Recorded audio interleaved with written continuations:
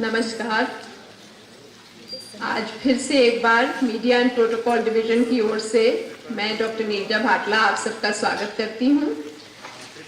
आप सब लोग हमेशा हमारे साथ जुड़ते चले आए हैं, उसके लिए हम आपके आभारी हैं और हमारी कोशिश चल रही है कि आपके सजेस्टेड टॉपिक्स पर हम करें और कभी हम ये देखते हैं कि क्या बीमारियां एक ज़्यादा इम्पोर्टेंट रुख ले रही हैं और उनको पकड़ते हैं। और इस बार हमने एक नया इनिशिएटिव ये लिया कि जिन लोगों ने हमें अपनी ईमेल आईडी दी थी, हमने उनको भी ईमेल्स भेजे हैं इत्तला करने के लिए कि ये लेक्चर आज हो रहा है।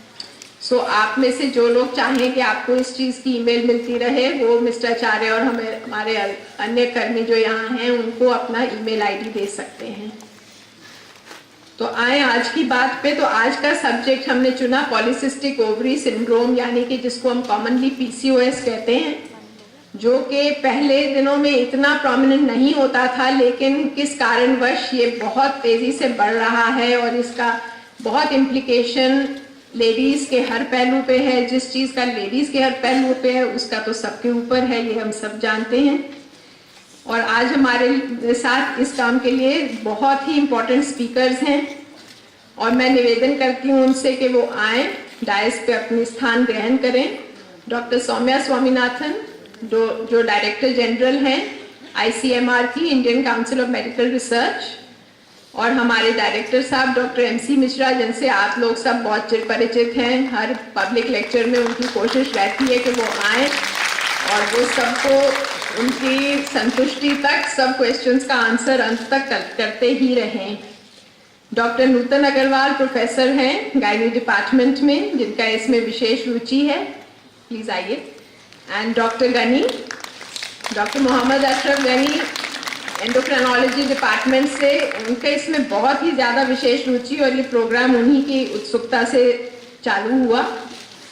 और हॉल में डॉक्टर अलका कृपलानी शायद अभी नहीं आई हैं, वो गायनी की हेड हैं। डॉक्टर निखिल टंडन जो हेड हैं एंडोक्राइनोलॉजी डिपार्टमेंट के, और हाल में डायबिटीज़ के लेक्चर में भी आप लोगों ने इनसे बहुत वार्तालाप की। डॉक्टर राजेश सागर साइकाइट्री के professor, doctor Nitish Nayak cardiology के, doctor Vandana Jain from paediatrics, doctor Naumita Chandiok, ये भी ICMR से विशेष इसके बारे में बात करने आई हैं, और न्यूट्रिशन का ध्यान रखते हुए डॉक्टर अलका मोहन। तो आप देख सकते हैं कितने स्पीकर्स तरह तरह के डिपार्टमेंट्स के इसमें इम्पोर्टेंट है। और मैं आप डॉक्टर मिश्रा से अनुरोध करूंगी कि वो आएँ और आपका स्वागत करें और आपको इसके बारे में कुछ बताएं।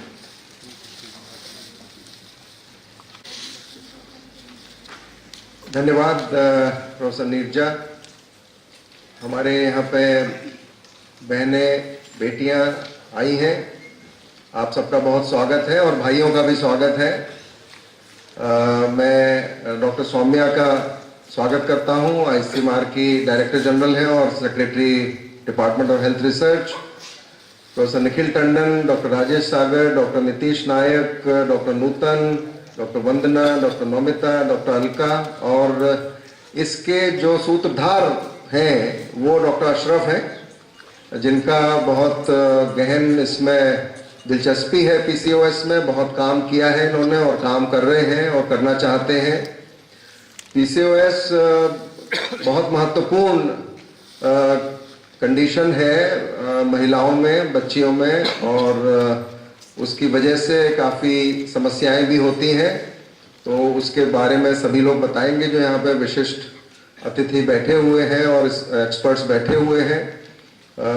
मैं समझता हूँ कि सर्जरी से उसका जो जुड़ाव है, जो डॉक्टर अशरफ मेरे को बता रहे थे कि गॉल ब्लैडर में, पित्त की थैली में पथरी भी का भी अनुपात ज़्यादा हो जाता है PCOS महिलाओं में। वैसे भी महिलाओं में गॉल ब्लैडर की पथरी ज़्यादा होती है, 3 से 4 गुना पुरुषों के मुकाबले ज़्यादा होती है। तो बिना और समय को हम निकाले इसका शुरुआत करना चाहेंगे। तो पहले कौन आ रहे हैं? मैडम आ रही हैं। मैं डॉक्टर सौम्या को आमंत्रित करता हूं कि वो कुछ कहें इसके बारे में, और उसके बाद फिर जैसे जैसे सबका आएगा और फिर आप लोगों को भी सवाल प्रश्न पूछने का जरूर मौका मिलेगा। हमारा कितने बजे तक, 5 बजे तक, 6 बजे तक, तो पहले ही अशरफ जी ने टाइम आपको ज्यादा दिया हुआ है। ठीक है, थैंक यू।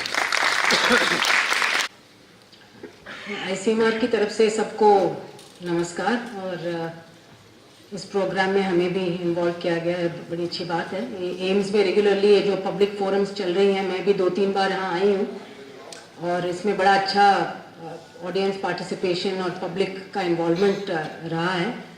और ये देख के मुझे आश्चर्य हो रहा है कि आज जितने औरतें आई हैं उतने आदमी भी आए हैं इसमें। आज का जैसे टॉपिक पीसीओएस वैसे तो रिलेटेड विद फीमेल्स ही है, बट अच्छा है कि मर्द भी जानना चाहते हैं कि विमेन रिलेटेड प्रॉब्लम्स क्या हैं। अपनी बहनों और बेटियों के लिए ज़रूर ये जानकारी लेके काम आएगा। तो आज हमारे एक्सपर्ट्स हैं, वो पीसीओएस के बारे में बताएंगे, बट ये मैं सिर्फ कहना चाहती हूँ कि ये बीमारी तो शुरू से रही होगी, बट इसकी जो रिकग्निशन है, इसको जो महत्व अब दिया जा रहा है पिछले 10-15 सालों से, वो पहले नहीं था।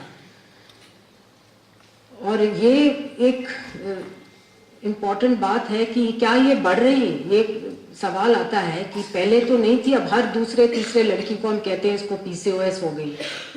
तो क्या ये 20 साल पहले कम थी और अब ज़्यादा है? तो इसमें ज़्यादा अच्छा डेटा नहीं है हमारे देश में। और अब जो डेटा कलेक्शन कर रहे हैं तो उससे हो सकता है कुछ आगे जाके कुछ सालों में ये पता लगेगा कि ट्रेंड क्या है और अगर बढ़ रही है कि क्यों बढ़ रही है बीमारी।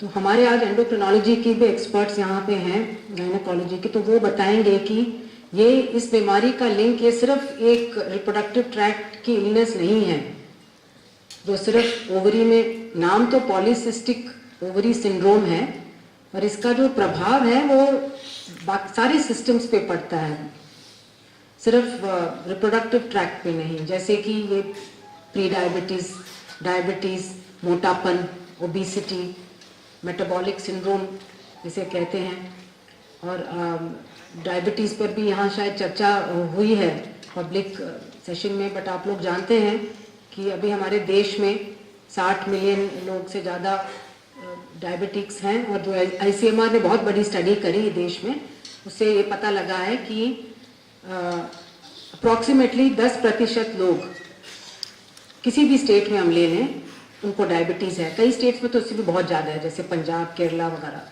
और डेवलपमेंट से लिंक्ड है, जहाँ पे अर्बनाइजेशन ज़्यादा हो रही है, लाइफस्टाइल ज़्यादा बदल रही हैं, अर्बनाइज हो रहे हैं हम लोग, अपनी डाइट बदल रही है, अपना एक्सरसाइज का पैटर्न बदल रहा है, चलने फिरने का बदल रहा है, वहाँ पर डायबिटीज़ बढ़ती जा रही है। और जहाँ पे अभी भी, जिसको हम बैकवर्ड स्टेट्स कहते हैं, जैसे झारखंड है, छत्तीसगढ़ है, लोग अभी भी रूरल हैं, उनका काम अभी भी ज़्यादातर एग्रीकल्चरल है, वहाँ कम है। परंतु जो प्री डायबिटीज़ करके बीमारी है वो सब जगह बहुत तेज़ गति से बढ़ रही है। इसका ये मतलब है कि जिसको आज प्री डायबिटीज़ है वो 5 साल या 7 साल में जाके डायबिटिक बन जाएंगे, पर उसको प्रिवेंट किया जा सकता है। तो उसका और इसका क्या संबंध है वो हमारे पैनलिस्ट्स मेरे ख्याल वो ज़्यादा स्पष्ट करके बताएंगे। तो ये जो पीसीओएस की बीमारी है ये एक सिस्टेमिक इलनेस है, सब अपने बॉडी फंक्शंस को अफेक्ट करती है, इसलिए वो ज़्यादा ज़रूरी है कि उसको जल्दी पहचाना जाए छोटी उम्र में। आजकल ज़्यादातर जब लड़कियों की शादी हो जाती है और इनफर्टिलिटी के कारण से वो टेस्ट के लिए आते हैं, 3, 4, 5 साल हो गए, बच्चे नहीं पैदा हो रहे हैं, कई बार तब आते हैं अस्पताल में, पता लगता है। पर एक्चुअली इसके जो लक्षण हैं ये इससे छोटी उम्र में भी पता लगा सकते हैं। तो इसमें रिसर्च की बहुत ज़रूरत है, इसीलिए जो आईसीएमआर का रोल है वो रिसर्च, और हम डॉक्टर घानी के, अशरफ घानी के साथ बहुत बड़ा प्रोजेक्ट भी बनाया हुआ है जिसमें सारी डिसिप्लिन्स को इन्वॉल्व किया गया है, ताकि हम देखें कि ये जो पीसीओएस है, एक तो ये होती क्यों है, कितना कॉमन है, इसका क्या एनवायरनमेंटल इन्फ्लुएंसेस, पोल्यूशन, और किसी जैसे प्लास्टिक रेजिड्यूज हैं हमारे खाने में आजकल आ जाती हैं क्योंकि एनवायरनमेंटल पोल्यूशन में, क्या उसका कोई असर है, और किसी टाइप ऑफ एनवायरनमेंटल कंटेमिनेंट्स का क्या असर है, और इसका प्रिवेंशन और ट्रीटमेंट के क्या अप्रोचेस हो सकते हैं। तो ये जो है, ये रिसर्च को तो हम आगे बढ़ा ही रहे हैं। हमारा इंस्टीट्यूट एक मुंबई में भी है जो रिप्रोडक्टिव हेल्थ पे काम करता है, और वहाँ पर भी ये पीसीओएस की बीमारी पे काम चल रहा है। तो बाकी आपके जो भी क्वेश्चंस वगैरह होंगे, आपके प्रश्न के उत्तर हमारे एक्सपर्ट पैनलिस्ट हैं वो ज़रूर देंगे। बट मैं दोबारा डॉक्टर मिश्रा और उनके कॉलीग्स को बधाई देना चाहती हूँ कि इस तरह के वो सेशंस बड़े आजकल फ्रीक्वेंटली कर रहे हैं, और मुझे यकीन है कि सबको इससे बड़ा अच्छा नॉलेज मिलता होगा और यूज़फुल रहता होगा। थैंक यू, धन्यवाद। मैं प्रोफेसर मिश्रा, डायरेक्टर एम्स, और doctor Soumya Swaminathan, director general ICMR को थैंक यू कहना चाहता हूँ कि इनके एनकरेजिंग वर्ड्स और पैट्रोनेज और गाइडेंस हमारे लिए। तो मैं इस बात से बहुत खुश हूँ कि ये इन्होंने हमें मौका दिया इस प्रोग्राम को यहाँ ऑर्गेनाइज करने के लिए। तो मुझे आशा है कि सारे लोग जो आज इन्होंने अपना मूल्य समय निकाल के हमारे पास आए हैं, और मुझे लगता है वो इसका पूरा फायदा उठा पाएंगे। मैं आज के प्रोग्राम के बारे में आपको ये बताना चाहता हूँ कि हमारे पास 2 लेक्चर्स हैं। एक डॉक्टर नौतन अग्रवाल पहले अपने तजुर्बे और डिजीज के बारे में आपको कुछ बताएंगे। उसके बाद मैं आ जाऊंगा आपके सामने, कुछ जो भी रिसर्च हो रहा है, जो भी इस बीमारी के बारे में आज नई डेवलपमेंट्स है, ट्रीटमेंट है, वो मैं बताऊंगा। और उसके बाद हमारे पास पैनल ऑफ एक्सपर्ट्स है, तो वो सारे आपके सवालों के, आपके प्रश्नों के जवाब देने की कोशिश करेंगे। तो मेरी एक विनती है कि सारे लोग अपना जो भी दिमाग में, जहन में कोई भी प्रश्न आता है वो लिख के रखें, और हम कोशिश करेंगे या हमें स्लिप के बारे में हमें दे दे, स्लिप लिख के दे दे, या वो उठ के माइक पे बहुत अच्छी तरह से एक सवाल पूछेंगे। कोशिश करें कि सवाल जनरल हो, ऐसा ना हो कि पर्सनल क्वेश्चन हो, ताकि हमारा अटेंशन, पैनलिस्ट का अटेंशन सब लोगों की तरफ रहे। तो उससे पहले कि हम प्रोग्राम को शुरू करें, मैं प्रोफेसर मिश्रा को मैं अपनी टीम को बोलूँगा, उनको एक बुके से नवाजा जाएगा, और प्रोफेसर मिश्रा हमारा स्वीकार करें हमारा तोहफा।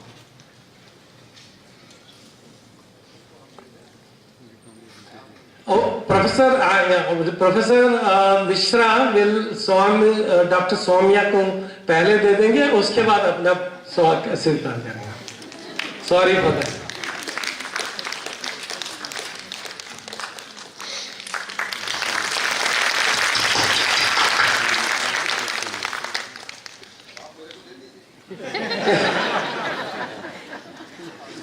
ये मैं खुद ये चाहता।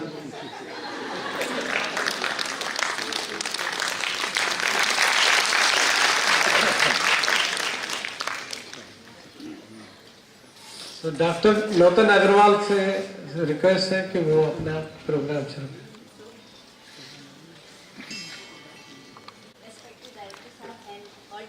And audience, I just wanted to know कि कितने लोग इस कंडीशन से परिचित हैं इस हॉल में। तो आई थिंक सभी लोग इस डिजीज के बारे में जानते हैं, लेकिन उससे परिचित हैं, लेकिन शायद उसके बारे में डिटेल में नहीं समझते कि ये बीमारी क्या है। ये इतना इम्पोर्टेंट टॉपिक है, इसीलिए आज ये पब्लिक लेक्चर के लिए रखा गया है, क्योंकि ये डिजीज बहुत ही कॉमन होती जा रही है। ये एक बहुत कॉम्प्लेक्स हार्मोनल प्रॉब्लम है, जिसमें कि हार्मोनल डिस्टर्बेंस के कारण फीमेल के पूरे बॉडी अफेक्ट हो जाती है। ऑल्दो इसका जो एग्जैक्ट कॉज है वो नहीं पता है कि ये बीमारी क्यों होती है, लेकिन ये लाइफस्टाइल चेंजेस के कारण बढ़ सकती है, और हो सकता है सम जेनेटिक फैक्टर्स भी उसको अफेक्ट कर रहे हैं। यंगर गर्ल्स में ज्यादा है, ऑल्दो ये हर एज पे मिलती है, starting from younger to perimenopause, but जैसे जैसे एज बढ़ती है ये कम होती जाती है। कभी कभी ये देखा गया है कि बीमारी आती है और जाती है। लड़की गर्ल्स में हुई, फिर कुछ दिनों बाद दे बिकम ऑल राइट, फिर they come with the symptoms, so it keeps on coming and going. और बीमारी यूजुअली अर्ली एज में ही जाता है, लेट एज में ऑकरेंस बहुत लेट है, कम है। बट जो पेशेंट्स को सीक्वली हो जाते हैं, मेटाबॉलिक सिंड्रोम हो जाती है, वो समटाइम लेट एज में प्रेजेंट करते हैं, तब हमें पता चलता है कि इनको शायद पहले PCOS था। ये कॉमन क्लिनिकल हिस्ट्री में बताती हूँ। जैसे कोई एक लड़की है, वो कहती है कि I started my period normally. जब पीरियड मेरे शुरू हुए बिल्कुल नॉर्मल मेरे फ्रेंड्स की तरह शुरू हुए, लेकिन 2 साल बाद मेरे पीरियड इरेगुलर हो गए। I don't have my periods even 2 to 3 months sometimes and even up to 6 months। Doctor said कि ये नॉर्मल है क्योंकि तुम्हारी एज छोटी है, पीरियड्स इरेगुलर हो सकते हैं। लेकिन थोड़े ही दिन बाद मेरे बाल निकलने शुरू हुए फेस पे और बॉडी पे, और मेरा वेट गेन होना शुरू हो गया। डॉक्टर्स ने मुझे हार्मोन पिल्स दी जिससे मेरे पीरियड्स रेगुलर हो गए। मैंने इंटरमिटेंटली हार्मोन्स पिल लेती रही, पीरियड रेगुलर होते रहे और बीच बीच में ठीक रहे। अब मेरी शादी हो गई, मैं कंसीव करना चाहती हूँ, मैंने पिल्स रोक दी हैं बट मैं कंसीव नहीं कर पा रही हूँ। So this is one of the usual most common story of the PCOS patient. Although they can present at any symptom at any age, like they can just come at later age with the not conceiving, and when we ask them, पता चलता है कि उनके periods irregular थे। ऐसे ही patient कभी कभी just आते हैं, many girls they come just with excessive hair growth on the face, on asking they tell कि हाँ हमारे period ठीक नहीं आ रहे हैं, और फिर जब हम further test करते हैं तो पता चलता है कि उनको PCOS है। कभी कभी पेशेंट्स के जस्ट एक्नी होंगे, सीवियर एक्नी फेस पे, और उसके बाद बैक में भी हो सकते हैं, और वो कहते हैं कि हमारे एक्नी इवन मेडिकेशन से रिलीव नहीं हो रहे और हमारे पीरियड्स वैसे रेगुलर हैं but sometimes they are delayed for 10 days 15 days। Sometimes patient comes की अल्ट्रासाउंड फाइंडिंग, बाहर से अल्ट्रासाउंड किसी कारण हुआ, एंड दे कम कि अल्ट्रासाउंड में हमारी ओवरीज में बहुत सारे सिस्ट हैं, they are showing it's a PCOS type of thing, periods are also delayed. So all these variety of the symptoms can be there in the PCOS patient। Basically इसकी diagnosis में 3 important component हैं, जिसमें सबसे important है पहला component जो कि 90% patient में होता है, वो है menstrual irregularity, जो कि ovulation dysfunction के कारण ठीक से ओवरी ओवुलेट नहीं कर रही होती, इसलिए उसको menstrual irregularity हो जाती है। Second है उनके हार्मोन्स, जो हार्मोन चेंज हो रहे हैं, जो कि मेल हार्मोन स्लाइटली हायर हैं और या उनकी एक्टिविटी ज्यादा है रिसेप्टर पे, इसके कारण उनको स्किन में हेयर ग्रोथ होती है और एक्नी होते हैं। एंड थर्ड है अल्ट्रासाउंड फीचर्स, जिसमें कि अल्ट्रासाउंड में मल्टीपल छोटे छोटे सिस्ट बन जाते हैं बिकॉज वो ओवुलेट नहीं कर रहे ठीक से। तो अल्ट्रासाउंड पिक्चर इन तीनों में से अगर कोई भी 2 फीचर्स हैं, या तो उनकी मेंस्ट्रुअल साइकिल इरेगुलर हो सकती है विद अल्ट्रासाउंड, और हाइपरएंड्रोजेनिक विद अल्ट्रासाउंड, और एनोमेट्री साइकिल विद एक्नी और हर्सुटिन, कोई भी कॉम्बिनेशन हो, हम उसको पॉलीसिस्टिक ओवरी सिंड्रोम कहते हैं। ऑल्दो पहले 2003 से पहले मेंस्ट्रुअल इरेगुलरिटी और एक्नी और hyperandrogenism combined was considered as a PCOS, ultrasound was not included, but now ultrasound is also included in this, and because of this now the incidence of PCOS is found very high। Second thing, because of the lifestyle also and so many other factors, because of that the incidence of PCOS is increasing।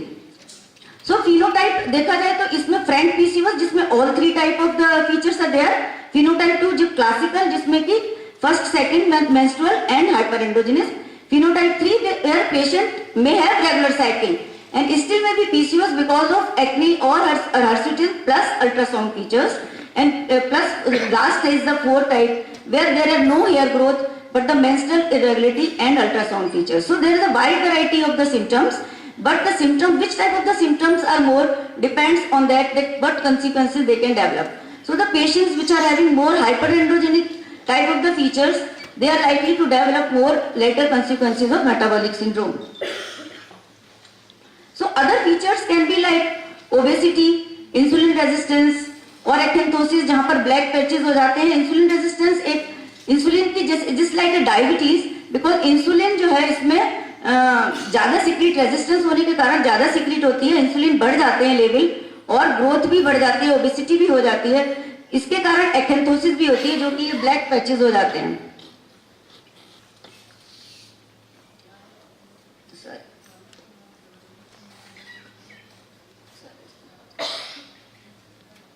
Black patches हो जाते हैं, and sometimes what happens that there is a hair loss, like this you can see there, this is the hair loss, even this androgenic, this either they have face on the hair on the face or on the body, but the hair fall is there at the scalp, and this is typical androgenic alopecia। Then the long term consequences, of course Dr. Ashraf is going to discuss। So when to suspect this PCOS, anything if somebody is having irregular period, there is a difficulty in conception, or there is a excessive hair growth। अगर growth नहीं, scalp के hair fall कर रहे हैं, overweight हो रहे हैं और स्किन पे एक्नी डेवलप हो रहे हैं, इन किसी भी फीचर में पीसीओएस हो सकता है। इन लड़कियों में डिप्रेशन और मूड चेंजेस भी ज्यादा होते हैं, स्ट्रेस भी वो ज्यादा लेती हैं। This features are also associated with this. So there is a बहुत vast difference type of symptom हो सकते हैं। बहुत माइल्ड फॉर्म हो सकती है, बहुत सीवियर फॉर्म हो सकती है। बहुत सीवियर सिम्टम में भी हो सकता है लैब टेस्ट बिल्कुल नॉर्मल हो, और बहुत माइल्ड में हो सकता है लैब टेस्ट बहुत एबनॉर्मल हो। तो there is a wide variety of the symptom and forms, and they can have any constellation of symptoms and features. Younger girls have more problem with skin, whereas later on they have more problem with infertility, and further later the metabolic syndromes. The tests which are done, they are done on the day 2 of the menstrual cycle, and these tests, the most important is the testosterone levels, which may be done free and total. Then FSH, LH. Recently AMH is also included in this test list because it has increased. Then prolactin and thyroid are done to find कि इनमें कोई, because it is a disease of exclusion, तो इसलिए बहुत important है कि बाकी test भी देखे जाएं कि कोई और बीमारी तो नहीं है। उस बीमारी को रूल आउट करना बहुत जरूरी है। उसके लिए अगर और हमें लगता है कि कुछ और डिजीज हो सकती है, तो there are other test also which can be done according to their condition, like 17-OHP and other hormone test. So how does it affect to the body? Reproductive system को अफेक्ट करती है, irregular period है, infertility है। जो patient conceive करते हैं उनको abortion की रिस्क ज्यादा है, और इन पेशेंट्स में जब ड्यूरिंग प्रेगनेंसी डायबिटीज डेवलप होने की रिस्क ज्यादा है. Self esteem damage also very important because of obesity and skin problems, and then long term health consequences like diabetes, hypertension, cardiovascular disease. As far as the risk is concerned, there is increased risk of carcinoma uterus, which is endometrium cancer, but not other risk, or not other cancers like ovary or breast. This is only uterine cancer जो बढ़ सकता है, because ये patients bleed नहीं करते, progesterone कम होता है, oestrogen ज्यादा होता है, तो अनअपोज्ड ईस्ट्रोजन के कारण एंडोमेट्रियम बहुत ग्रो कर जाती है और उसमें कैंसर होने की रिस्क है. सो पीसीओएस अगर आप देखें, we see what is the original effect. There are environmental और genetic factors, and we have to see that we just see the tree, the what is there outside, but when we don't see the what is the condition of the forest, what are the root causes. So there are various causes, like the various causes may be there, one of them like hyperinsulinemia, the ovarian factor, and we exactly don't know that how it is arising. But तीन factor हैं, ovarian dysfunction, hyperandrogenesis and insulin resistance. Ovarian dysfunction से reproductive function disturb हो रहे हैं, hyperandrogenesis से skin changes आ रहे हैं, और metabolic problems भी होती हैं, और insulin resistance से mainly metabolic problem होती हैं. तो ये पेशेंट जो है जो डिफरेंट स्पेशलिटी पे जा सकते हैं. जैसे कि अब उनको रेगुलर पीरियड इनफर्टिलिटी है तो गायनेकोलॉजिस्ट को जाएंगे. अगर उनको सडनली हेयर ग्रोथ हुई तो हो सकता है डर्मेटोलॉजिस्ट के पास चले जाएं. अल्ट्रासाउंड एबनॉर्मल फीचर्स लेके वो हमारे पास आते हैं कि हमें तो अल्ट्रासाउंड में पीसीओएस मिला है. तो this is very important to tell कि these cysts are not any tumor, they don't need any surgery. Many times patients are confused and they think whether they need surgery for these cysts. They are just follicle which has grown because they are not ovulating, और under the ovary की lining बहुत thick है, इसलिए ये multiple cyst दिखते हैं ovary में. फिर पेशेंट के लेबोरेटरी चेंजेस, हार्मोन चेंजेस के कारण वो एंडोक्रिनोलॉजिस्ट के पास जाते हैं, और ओबेसिटी, लिपिड चेंज, डायबिटीज जब होने लगती है तो they can go to medicine और endocrinologist. So thus there is a multidisciplinary, integrated, holistic approach is must in these patients.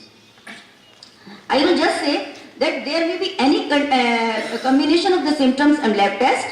Male hormones are elevated, but do not think that, do not get alarmed and be assured that you are complete female. They are not going to affect any other way. The cysts in the ovary are not truly cysts, and they are just disordered follicle, no need for surgery. On ultrasound, the various patients, they can have the problem of polycystic ovary form. Maybe normal patients, 20% can have this form. So if they are associated with menstrual problem and other problem, then only we say this is a polycystic ovary, or it declines usually with age, but sequelae may develop later on. Intervention and treatment is required to prevent, either to treat the symptoms and then later on to prevent the consequences. And I would say to the woman with PCOS that begin to take charge of yourself and take care of your medical conditions. You have to help yourself to prevent your health consequences. Thank you.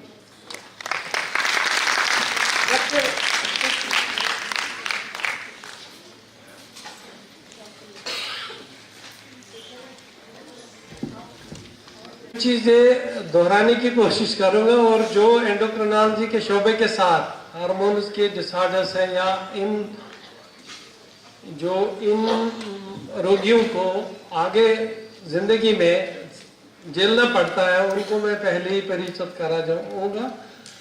जैसे madam ने पहले ही बोला PCOS क्या है, मैं यहाँ ये बताना चाहूंगा। पीसीओएस 1935 में सिटीन और लेवेंथल 2 गायनेकोलॉजिस्ट ने डिस्क्राइब किया था।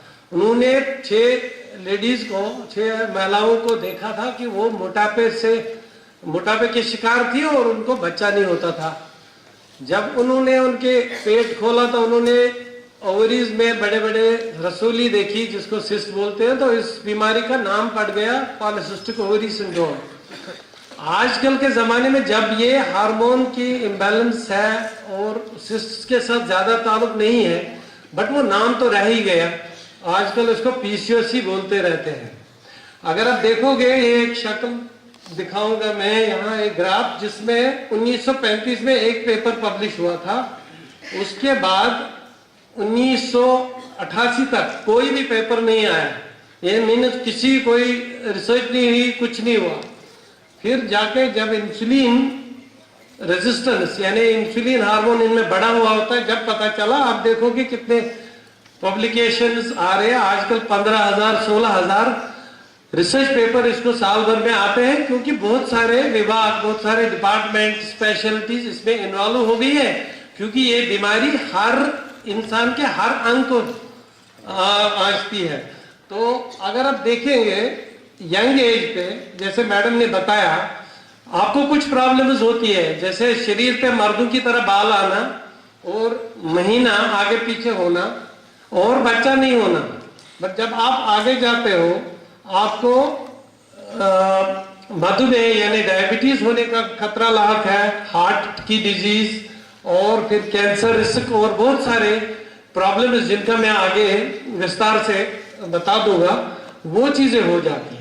तो इसलिए अगर आप देखोगे फ्रॉम पीडियाट्रिक्स यानी बच्चों के डॉक्टर से लेके जो ओल्ड एज के डॉक्टर है, जीरेटिशियन, वो सारे लोग इसमें इन्वॉल्व हो जाते हैं, क्योंकि ये बीमारी हर अंग को आंच लेती है।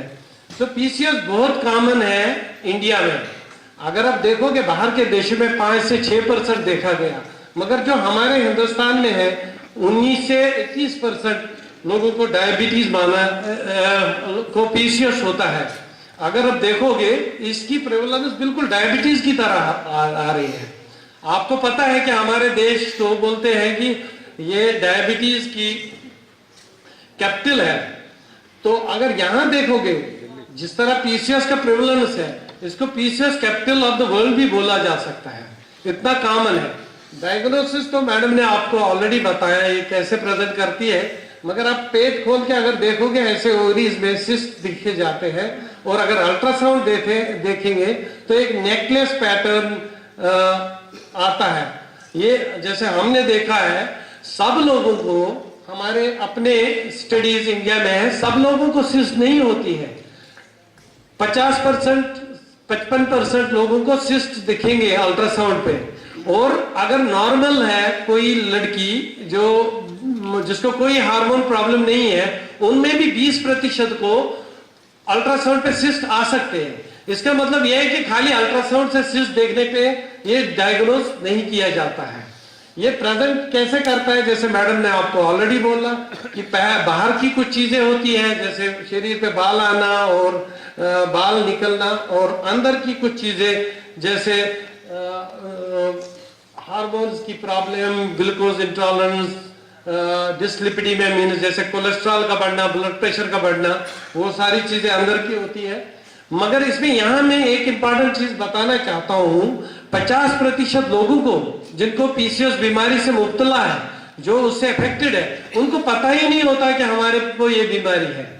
तो दूसरा चीज ये है कि जिनको बीमारी है 90% लोगों को ये नहीं पता कि हमारे कौन कौन से अंग इफेक्टेड है, क्योंकि वो अक्सर ये टेस्ट करते नहीं।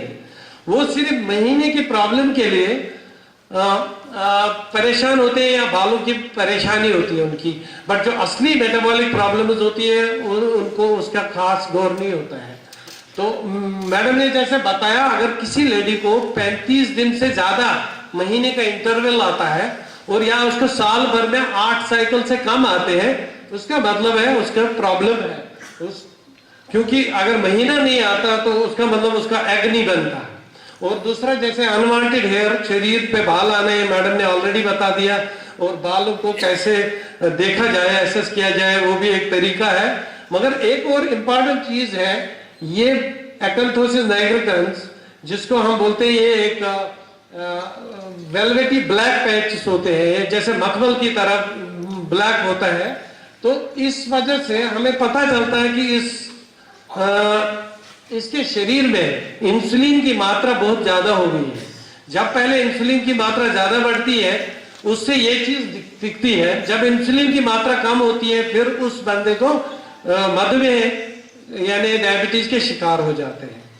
तो ये चीजें अगर हम सब कुल में देखा जाएगा तो एक बड़ा सा लिस्ट है जो पीसीओएस वालों को होता है। जैसे हाई इंसुलिन होता है, जिसका हाइपर इंसुलिन में बोलते हैं, high blood sugar means glucose intolerance, high cholesterol, uric acid बढ़ता है, फैटी लिवर हो जाता है, हार्ट डिजीज होती है, किडनी से प्रोटीन लॉस होता है, स्लीप डिस्टर्बेंस होती है जिसको हम ओएसए बोलते हैं, स्ट्रोक हो सकता है, कैंसर्स हो सकते हैं। तो अगर हम देखेंगे लिस्ट बढ़ता जा रहा है। यहाँ मैं अपनी स्टडी के बारे में बताऊंगा। जब हमने यहाँ 2014 वुमेन महिलाओं को डायबिटीज देखने की कोशिश की, पीसीओएस वालों को, कम से कम 46% लोगों को, यानी आधे से ज्यादा महिलाओं को या प्री डायबिटीज या डायबिटीज निकला। इसका मतलब हर दूसरी औरत को डायबिटीज हो सकता है। और उसके अलावा हमने देखा जो डायबिटीज से शिकार, मधुमेह से शिकार औरतें हैं, उनको देखेंगे तो उनको भी पीसीओएस देखा गया, उनको भी बहुत ज्यादा परसेंटेज में पीसीओएस निकलता, 60%। अब तीसरा चीज जो उनको होता है ओबेसिटी मीन्स मोटापा। अगर आप देखोगे उनको जो पेट वाला मोटापा है वो ज्यादा प्रॉब्लमेटिक होते हैं, जिसको हम एप्पल ओबेसिटी बोलते हैं rather than pair type of obesity. Metabolic syndrome एक कंडीशन है जिसमें बहुत सारे प्रॉब्लम्स होते हैं, blood pressure, high glucose, high insulin. तो आजकल देखा जा रहा, हम देखते हैं कि 50% पीसीओएस वुमेन को मेटाबॉलिक सिंड्रोम है। और अगर हम उनके फैमिली मेंबर्स को देखेंगे, ये अगर देखोगे इनके भाइयों को और फादर्स को, पीसीओएस फादर्स को भी मेटाबॉलिक सिंड्रोम 50% से 80% तक होता है। इसका मतलब ये इंडिकेशन ये है कि खाली पीसीओएस महिलाओं के लिए बीमारी नहीं है। अगर ये किसी खानदान में, किसी फैमिली में है, तो ये शायद उनके मर्दों को भी इसके इक्विवेलेंट, इसके बराबर वाली मेटाबॉलिक प्रॉब्लम्स जो है वो होती है। तो हमें ये खुश नहीं होना चाहिए कि खाली लेडीज को होता है। अगर किसी लड़की को पीसीओएस है, जब उसके पेरेंट साथ में आते हैं, मैं उनको भी टेस्ट कराता हूँ, तो हम देखते हैं उनको भी निकलती है कोई ना कोई प्रॉब्लम। तो ये ऐसा नहीं है कि मेल्स बिल्कुल एग्जेम्प्टेड है, मेल्स को भी प्रॉब्लम होती है। ये हार्ट डिजीज के, जैसे हमारे पास डॉक्टर नीतीश है कार्डियोलॉजी के, वो आपको थोड़ा डिटेल में बताएंगे, पर हमने देखा है कार्डियोवास्कुलर रिस्क भी है पीसीओएस मरीजों में। और अगर हम देखेंगे इनको किडनी में प्रोटीन लॉस भी हो जाता है, डिस्लिपिडीमिया यानी हाई कोलेस्ट्रॉल जिसको बोलते हैं वो भी ज्यादा होता है। उसके अलावा जैसे मैंने फैटी लिवर देखा, हमारे अपना रिसर्च हमारे एम्स से जो है 30 से 40% बच्चों को फैटी लिवर आ जाता है और उनकी क्वालिटी ऑफ लाइफ बहुत खराब होती है। और डिप्रेशन या मानसिक बीमारियां जो है, ऐसे रोग इनमें बहुत ज्यादा होते हैं। उसके बारे में भी हमारे एक्सपर्ट जो डॉक्टर सागर है वो आपको विस्तार से बताएंगे। तो बहुत सारे साइकेट्रिक प्रॉब्लम्स होती है, वो बताएंगे। अगर इन पीसीओएस औरत को अगर वो गर्भवती रहती है तो उसको प्रेगनेंसी में डायबिटीज होता है तो उसका बच्चा मोटा पैदा होता है, जिसको हम मैक्रोसेमिया बोलते हैं। तो उसमें बहुत सारी कॉम्प्लिकेशंस होती है। तो अगर हम कुल मिला के ये देखेंगे कि इतनी सारी मेटाबॉलिक प्रॉब्लम्स है, आखिरकार आप पूछोगे तो इलाज क्या है इस बीमारी का? इलाज ये है कि ये बीमारी हमें समझना है, ये डायबिटीज, ओबेसिटी और डिस्लिपिडीमिया वगैरह बीमारियों की तरह एक लाइफस्टाइल डिजीज है। यानी इसको भी वही सारे कारण है, वही सारे इश्यूज हैं जो डायबिटीज में होते हैं। तो इसलिए आप देखोगे जैसे इसमें सारे एक ही में जुड़ी हुई है इंसुलिन रेजिस्टेंस के साथ ये सारी बीमारियां। तो अगर हमें इसकी रोकथाम करनी है, हमको इंसुलिन रेजिस्टेंस को कम करना है, बिल्कुल जैसे डायबिटीज को हम करते हैं। वो क्या मतलब है कि हमारे रहन सहन, खान पान में वो तब्दीली लानी है जो हमें पिछले सालों में हमारे रहन सहन में आई है, हमारे लाइफस्टाइल में आई है।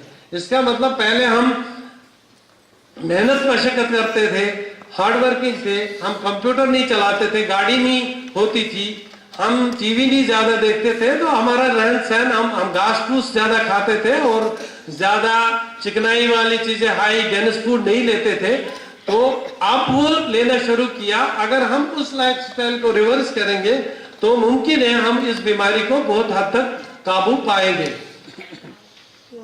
तो जब तक हमें इस बीमारी का पूरा पता नहीं चलेगा ये बीमारी हो क्यों रही है, हमें पता है कि हमें मौरूसी किसी को है, जेनेटिक ससेप्टिबिलिटी है और फिर खराब लाइफस्टाइल से ये बढ़ती है, मगर एक्चुअल इसका कारण हमें अभी तक नहीं पता चल रहा है। इस पे बहुत रिसर्च होता है, आगे जब पता चलेगा कारण तो शायद जाहिर सी बात है कि इलाज बहुत सिंपल हो जाएगा।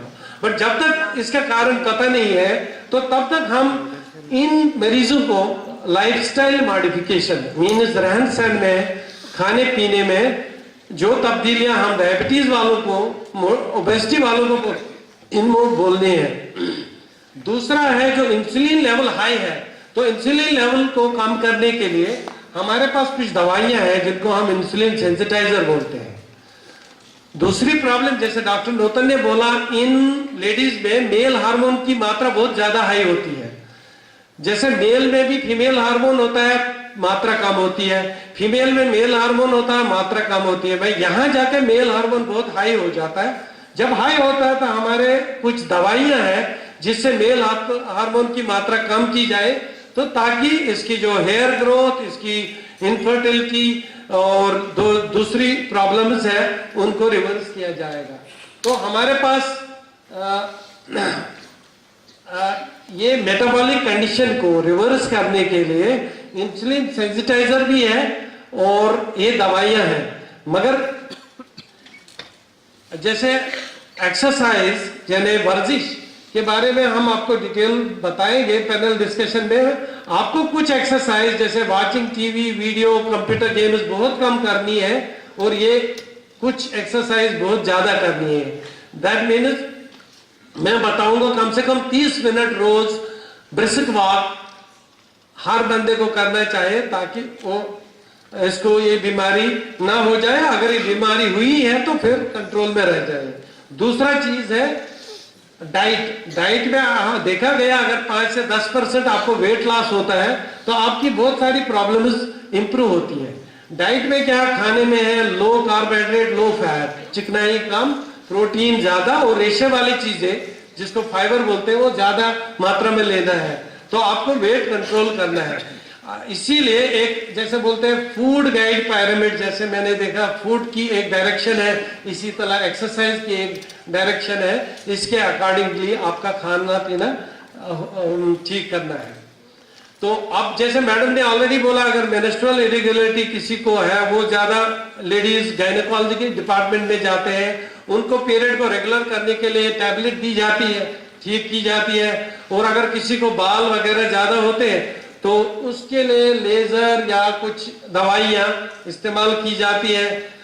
मगर जो इंसुलिन हाई है, उसकी मात्रा हाई है और टेस्टोस्टेरोन यानी मेल हार्मोन की मात्रा हाई है, उसको अगर कम किया जाएगा दवाइयों से तो बहुत हद तक सारे जो इसके लक्षण है उन पे कंट्रोल किया जा सकता है। उसी ने मेटफॉर्मिन जो दवाई है इंसुलिन सेंसिटिव, ये डायबिटीज के लिए, मधुमेह के लिए भी यूज की जाती है, मगर इसमें भी यूज की जाती है। मगर यहाँ पे मैं एक चुनौती देना चाहता हूँ कि बहुत सारे लोग जब पीसीओएस को मधुमेह जैसी दवाई मेटफॉर्मिन देते हैं, वो कभी गलती से दूसरी दवाई भी खाती है, जिससे कभी कभी शुगर इतना कम हो सकता है कि जानलेवा हो सकता है। ये डॉक्टर के मशवरे के मुताबिक लेना चाहिए। दूसरे मैंने जो बोला, मेल हार्मोन कम करने के लिए बहुत सारी दवाइयां हैं। हमने देखा है कि हमारा अपना पेपर्स जो भी है बहुत सारे हद तक ये बेनिफिशियल है इंडियन पीसीओएस वुमन के लिए, और अगर हम इन दवाइयों को कंबाइन भी करें तो बहुत हद तक सारे लक्षण में तब्दीली आती है। और इन पेशेंट को एक बार इलाज किया, ऐसा नहीं कि इसको बच्चा हो गया या मेंस्ट्रुअल साइकिल रेगुलर हो गया तो बात खत्म, नहीं। इसको इस बीमारी को अपना दोस्त बना के उम्र भर साथी बनाना है, क्योंकि ये बीमारी जाने वाली नहीं है। इस बीमारी को, इस रोग को हमेशा कुछ ना कुछ प्रॉब्लम लाइफ में आ ही सकती है। तो इसीलिए जो डॉक्टर से क्लिनिशियन है वो एक गाइड देते हैं कि हर साल भर चेक करना है या 2 साल में कौन सा टेस्ट करना है। तो टेस्ट करते रहना, चेकअप करते रहना, अपने क्लिनिशियन या डॉक्टर के साथ टच में रहना है। ऐसा नहीं है कि आप छोड़ दोगे। तो अंत में मैं इसको ऐसे कंक्लूड करूंगा कि ये जो पीसीओएस है ये एक सिंपल गायनी का डिसऑर्डर नहीं है, सिंपल कॉस्मेटिक यानी डिसऑर्डर नहीं है।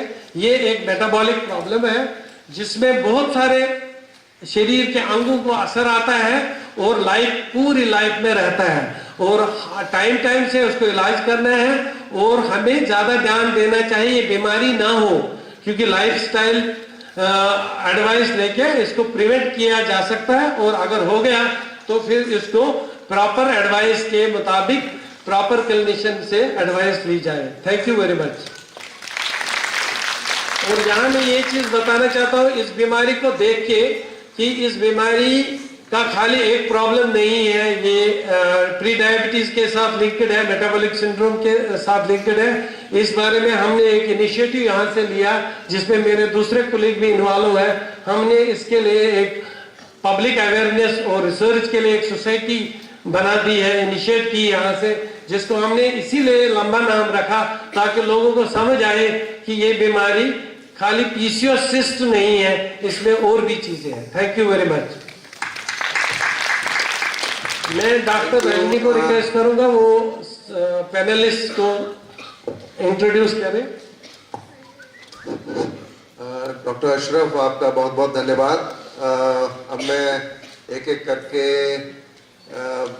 जो हमारे यहाँ पे एक्सपर्ट्स बैठे हैं, डॉक्टर प्रोफेसर निखिल टंडन से मैं अनुरोध करूंगा कि वो इस विषय में कुछ अपने विचार रखें, और उसके बाद बारी बारी से डॉक्टर राजेश, डॉक्टर नीतीश और डॉक्टर नौमिता, डॉक्टर अलका और डॉक्टर वंदना, सभी लोग 2-2 मिनट बताएंगे और उसके बाद फिर आप लोग अपने प्रश्न पूछ सकते हैं।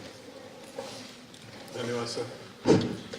जब इतने सारे डॉक्टर एक साथ पे बैठते हैं ना तो आदमी को डर लगता है कि तो एक बीमारी के लिए किस किस के कमरे के बाहर घूमता रहेगा, बड़ी मुश्किल वाली बीमारी लगती है। ऐसी बात नहीं है, जैसे डॉक्टर नूतन ने शुरू में बताया था, ये बीमारी अलग अलग तरह से प्रकट होती है। तो जो आपका डोमिनेंट लक्षण है, कई बारी आपको केवल उसी के बारे में थोड़ा सा ध्यान देने की आवश्यकता पड़ती है। कम उम्र में कभी जब बालों की संख्या का इशू ज्यादा आ जाता है या एक्ने आ जाती है तो उसका अलग से ध्यान देना पड़ता है। जैसे उम्र बढ़ती है, शादी हो जाती है, अगर प्रेगनेंसी होने में कभी कभी दिक्कत आती है, उसके लिए अलग करना पड़ता है। तो इसमें कई सारी अलग अलग डॉक्टरों के पास जाने की आवश्यकता पड़ सकती है, लेकिन ये जरूरी नहीं कि एक ही समय सबके पास जाना हो। ये पहला पॉइंट है। दूसरा पॉइंट जो मैं रेज करना चाहता हूँ, क्योंकि करंट प्रॉब्लम के बारे में कई लोग आपको बता देंगे, ये बीमारी एक प्रकार की प्रिडिक्ट करती है फ्यूचर बीमारी को। तो जिसको पीसीओएस है उसे बाद में डायबिटीज और डायबिटीज संबंधित जैसे हृदय रोग होता है उसकी होने की संभावना में वृद्धि हो सकती है। तो ना केवल हमारा डॉक्टरी रूप से हमारा ये फर्ज होना चाहिए कि मरीज को आज की तारीख में जो परेशानी उससे मुक्त कराएं, लेकिन साथ ही साथ में उनको इस बात से भी आगाह करें कि बाद में जाके जैसे डायबिटीज हुई, हृदय रोग हुआ, इनकी संभावना ज्यादा हो सकती है। इसलिए अपनी जीवन शैली में जो परिवर्तन लाना है, खान पान में जो परिवर्तन लाना है, नियमित रूप से व्यायाम करने की आवश्यकता के बारे में जोर देना है, वो आज ही की तारीख से शुरू किया जाए, ताकि ना केवल आज हमें फायदा हो बनस्पत की, साथ ही साथ में आइंदा भी जो और बीमारियां होने की संभावना बढ़ती है वो संभावना भी कम हो जाए।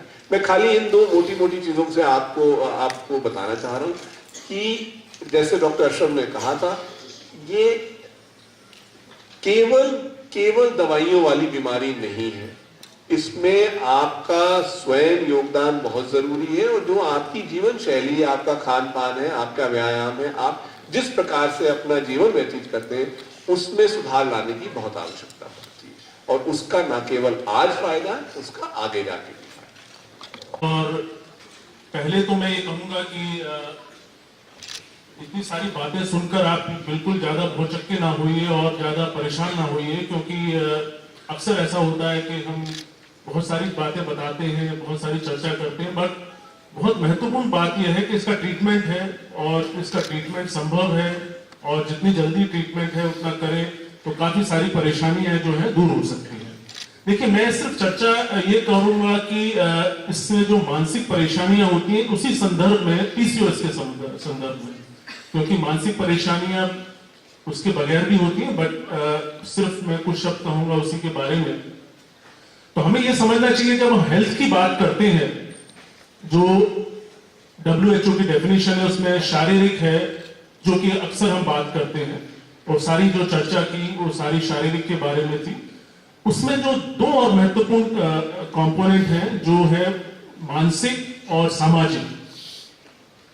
तो सिर्फ पीसीओएस के साथ नहीं है, कोई भी बीमारी हो उसमें मानसिक भी बातें हैं और उसमें सामाजिक चीजें भी होती हैं। तो ये, लेकिन अगर पीसीओएस की बात करें तो इसमें खास रूप से मानसिक परेशानियां बहुत ज्यादा होती हैं। उसके मैं कारण थोड़ा सा मैं बताऊंगा क्यों।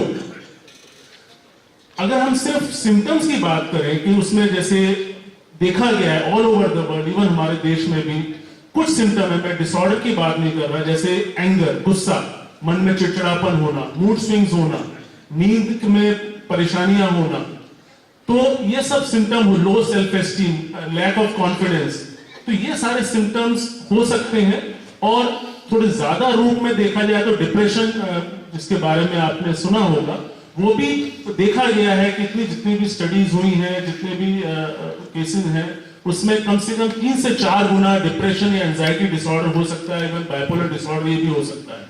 और एक और कंडीशन जिसे कहते हैं ईटिंग डिसऑर्डर, जिसका मतलब है कि एनोरेक्सिया, कहने का मतलब है कि हमें लगता है कि मैं पतली हो जाऊं या मैं वजन कम हो जाए, खाना बंद कर देना या उसके बाद उल्टी करना, तो ये भी एक समस्या है जहां पर जो है अपना जो है वजन कम करने के लिए एनोरेक्सिया, और उसका उल्टा एक बिंज ईटिंग भी होती है जहां पे ज्यादा खाना खाना, तो ये भी समस्याएं हो सकती हैं, और ये 3 से 4 गुना ज्यादा होती हैं नॉर्मल पॉपुलेशन में। अब सवाल ये है कि क्यों ज्यादा होती हैं। अब क्योंकि एक तो ये हार्मोनल प्रॉब्लम है, हार्मोनल में और भी बीमारियां जैसे हैं, डायबिटीज है, थायराइड की प्रॉब्लम है, उसमें भी मानसिक परेशानियां होती हैं। लेकिन आपने देखा होगा अभी तक जो चर्चा हुई थी कि बहुत सारी चीजें ऐसी हैं, जैसे हिरोसिटिज्म, जैसे बाल आना चेहरे पे, और इनफर्टिलिटी, ये अपने आप में मानसिक समस्याएं पैदा कर देते हैं। आप पीसीओएस की बात ना करें, इवन अगर ये सिम्टम है, किसी भी यंग लड़की को अगर पता लगे कि भाई उसके बाल आ रहे हैं चेहरे पे, तो अपने आप में उसको प्रॉब्लम होती है, और उसी को हम नेगेटिव सेल्फ इमेज कहते हैं। नेगेटिव सेल्फ इमेज का मतलब यह है कि हमें अपने बारे में, अपने शरीर के बारे में मालूम है हम कितने खुश हैं, वो पॉजिटिव है। अगर हम खुश नहीं है अपने शरीर के बारे में, चाहे उसकी वजह मोटापा हो या इवन एक्ने हो, जैसे चर्चा की थी डॉक्टर नूतन ने कि चेहरे पे दाने हो जाते हैं, तो ये सारी जो चीजें हैं ये हमारे कॉन्फिडेंस को कम करती हैं, और हमारी सेल्फ इमेज है, उसको अपने बारे में जो सोच है उसको नेगेटिव करती है। तो बीमारी तो हार्मोन अपनी जगह पे है, मगर इसके साथ जो चेंजेस होते हैं, इवन मेंस्ट्रुअल इरेगुलरिटी जिसके बात कहिए, क्योंकि हर व्यक्ति में, चाहे वो आदमी है औरत है, एक फेमिनिज्म, एक सोच, उसे लगता है कि मैं वो फेमिनिन नहीं रही क्योंकि मेंस्ट्रुअल इरेगुलरिटी हुई है, और इवन ओबेसिटी, उसमें उसे लगता है कि उसकी इमेज खराब हो गई है, उसकी वजह से लोगों से मिलना बंद कर दिया, ऑफिस में जाना कम कर दिया, उसकी वजह से उसके अंदर एक कुंठा हो जाती है, तो उसी के बारे में सोचते रहना, तो ये सारी चीजें हो सकती है। और सबसे बड़ी जो एक और चीज है इनफर्टिलिटी, कि मैं अब मां नहीं बन सकती है, तो वो भी एक अपने आप में डिप्रेशन या एंजाइटी का लक्षण हो सकता है और वजह हो सकती है। तो ये सारी जो वजहें हो सकती हैं, और इसकी वजह से क्वालिटी ऑफ लाइफ, जो हमारा वेलबींग है, हमारी जो सोच है, वो एक नेगेटिव हो जाती है। लेकिन महत्वपूर्ण बात यह है कि चाहे जितने भी सिम्टम्स हैं, इसका पूरा इलाज संभव है। और ये बताना बहुत जरूरी है इस परिप्रेक्ष्य में कि वुमेन है, महिलाएं, क्योंकि वो ज्यादा हेल्प सीकिंग नहीं होती है। कहने का मतलब है, आदमी जो है बहुत जल्दी अस्पताल में जाएगा, क्योंकि घर वाले कहते हैं तो कमा रहा है तो हॉस्पिटल ले जाएंगे, लेकिन औरत के लिए, क्योंकि उनको लगता है कि मैं तो ऐसे ही ठीक हूं, तो उसके बारे में हेल्थ जो है हॉस्पिटल में आना थोड़ा मुश्किल होता है। तो कहने का मतलब ये है कि लेकिन इसकी वजह से ट्रीटमेंट बिल्कुल संभव है। और जैसे बताया गया, शैली अपनी चेंज करनी है, उसके एक्सरसाइज वो सब चर्चा करेंगे उसकी। लेकिन अगर कोई ऐसी समस्याएं हैं तो परिवार उसका पूरा सपोर्टिव होना चाहिए, क्योंकि ये ना सोचे कि कोई भी चीज का इलाज जो है दवा है, दवा के अलावा भी बहुत चीजें हैं, बहुत तरह की थेरेपीज हैं, रिलैक्सेशन है, काउंसलिंग है, वो भी है। लेकिन अगर जरूरत होता है तो दवा भी दी जा सकती है। और कभी कभी लक्षण इतने ज्यादा सीवियर हो सकता है, हमने देखा है हमारी क्लिनिक में भी, जहाँ पे बहुत ज्यादा अपने आप को हार्म पहुंचाने की भी नौबत आ सकती है। तो इसका परिवार का रोल बहुत इंपॉर्टेंट है इसमें, कि अगर ऐसी समस्या है तो डॉक्टर से कंसल्ट करें और इसको एक स्टिग्मा ना समझें। और क्योंकि इसका इलाज, जैसे मैं कह चुका हूं, पूरी तरह से 100% ऑलमोस्ट क्योर है इसका। और एक और चीज जो बहुत इंपॉर्टेंट है कि बहुत सारी दवाइयां जो मानसिक रोग से पीड़ित हैं, उसमें जब हम दवाइयां देते हैं, कुछ तरह की दवाई, उसमें भी वेट गेन होता है, उसमें भी मेंस्ट्रुअल इरेगुलरिटीज होती हैं, उसकी वजह से भी पीसीओएस हो सकता है। तो जो जिनको मानसिक प्रॉब्लम्स हैं और जो दवाइयां ले रहे हैं, उनको भी इस चीज को लेकर विशेष ध्यान रखना चाहिए और इसके बारे में बातचीत करनी चाहिए। आई थिंक मैं अपना वक्त से ज्यादा ले चुका हूं। बहुत बहुत धन्यवाद। Thank you.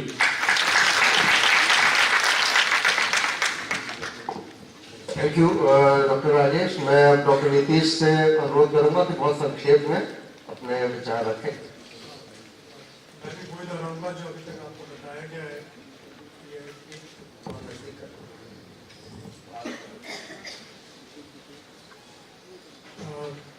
ये जो हार्ट की बीमारी के बारे में आपको जो पीसीओएस में हो सकता है, उसमें आपको कोई घबराने की बात नहीं होती है, बिकॉज ये एक लाइफस्टाइल डिसऑर्डर है, ये प्रिवेंटेबल है। आप उसको टाइम से ट्रीट कर सकते हैं, रिकग्नाइज कर सकते हैं और उसको ईजिली मॉडिफाई कर सकते हैं। तो इसमें जैसे आपको बताया, लाइफस्टाइल और डाइट का एक बहुत मेजर रोल है। आप इसको अपनाएंगे तो ये आगे के लिए ये आपको कोई दिक्कत नहीं आनी चाहिए।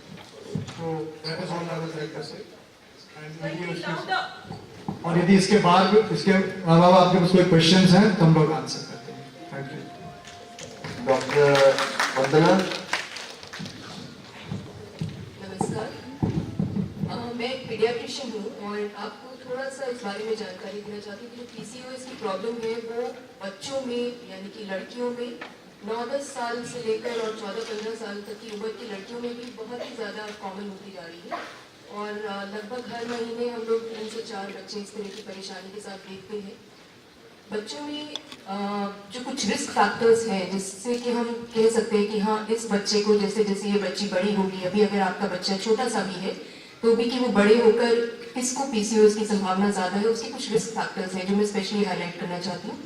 एक है कि अगर बच्चे का जो जन्म के समय वजन है वो कम है, लो बर्थ वेट जिसको कहते हैं, स्पेशली अगर 2.5 किलो से कम है, और या फिर कोई बच्चा बहुत ही ज्यादा मोटा पैदा हुआ है, यानी कि 3.8 किलो या उससे ऊपर अगर किसी बच्चे का वजन है तो उस बच्चे को पीसीओएस की संभावना ज्यादा है।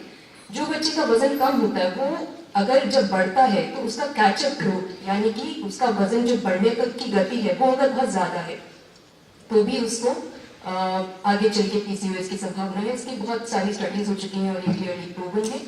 उसके अलावा जिन बच्चों में प्यूबर्टी जल्दी आ जाती है, जैसे नॉर्मली जो है लड़कियों में प्यूबर्टी की एज लगभग इंडिया में ऑन एन एवरेज 9.5-10 साल पे छाती का विकास शुरू होता है, करीब 11-12 साल पे पीरियड्स, 12 साल के आसपास पीरियड शुरू होते हैं।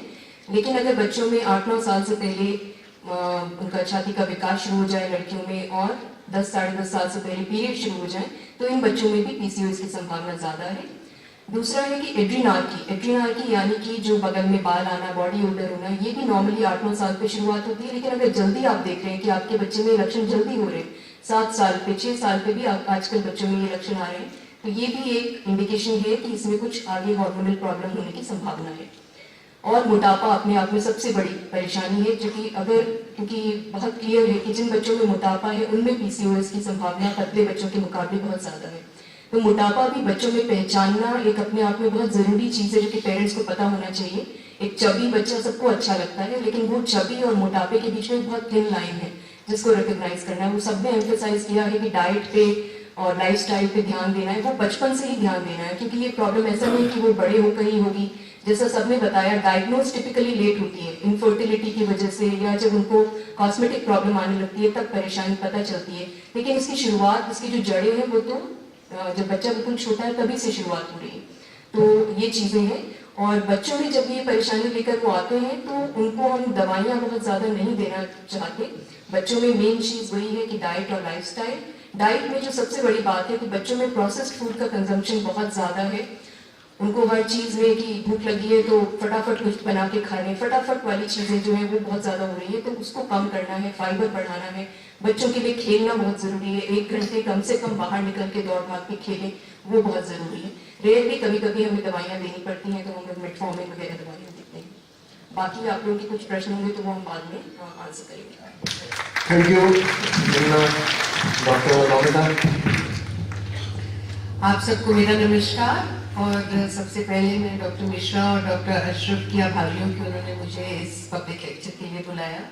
बहुत देर से हम सुन तो रहे हैं कि ये जो एक डिसऑर्डर है या एक बीमारी है ये बढ़ रही है, पर हमारे पास कोई इसके लिए एक इतना डेटा नहीं है कंट्री वाइड जो हमें बता सके कि ये कितनी लेवल पे बढ़ रही है और इसके ट्रेंड्स क्या हैं।